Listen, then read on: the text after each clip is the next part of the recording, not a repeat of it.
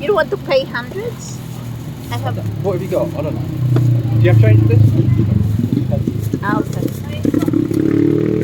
Buy this. Lukban longganisa, spicy you like? Yeah. Oh. Okay.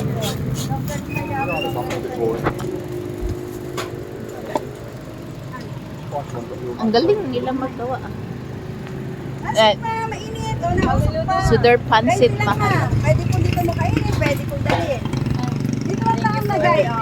Mag-take out. Ilan na? Meron na. Isa lang dito doon. Infanta Suman Gabalubo. I want suman mahal. Magkano dito? 150 po ang isang big. Ang tatlong piraso po ay 20 pesos. 40 pesos do you have? No, 100. Oh, hang on, I might have it in change. Baka mabitin ka. Ako lang kumakain kasi. How much? 40 peso. Uy! 20, 30, 40, yeah. Suman. Ayun.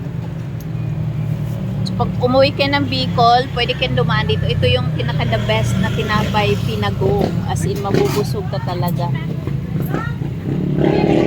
Kumbaga sa Bicol, pili. Dito naman. Okay na? Okay, thank you. Pinagong. Ayun, so they have this here. Ayun. Longganisa. Ayun ang pinagong. Pinagong all over. Ayun, longganisa.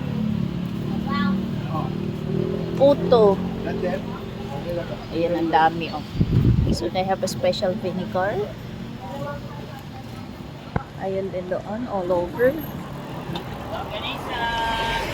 Okay, dito. Ayun. Hindi ka madam? Tikoy? Tikoy. Ah.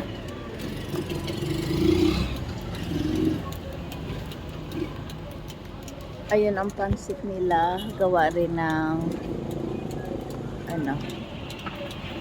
Gawa rin ng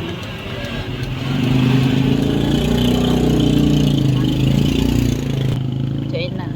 Di ba? Longganisang lukban. Sa susunod naman, vegan.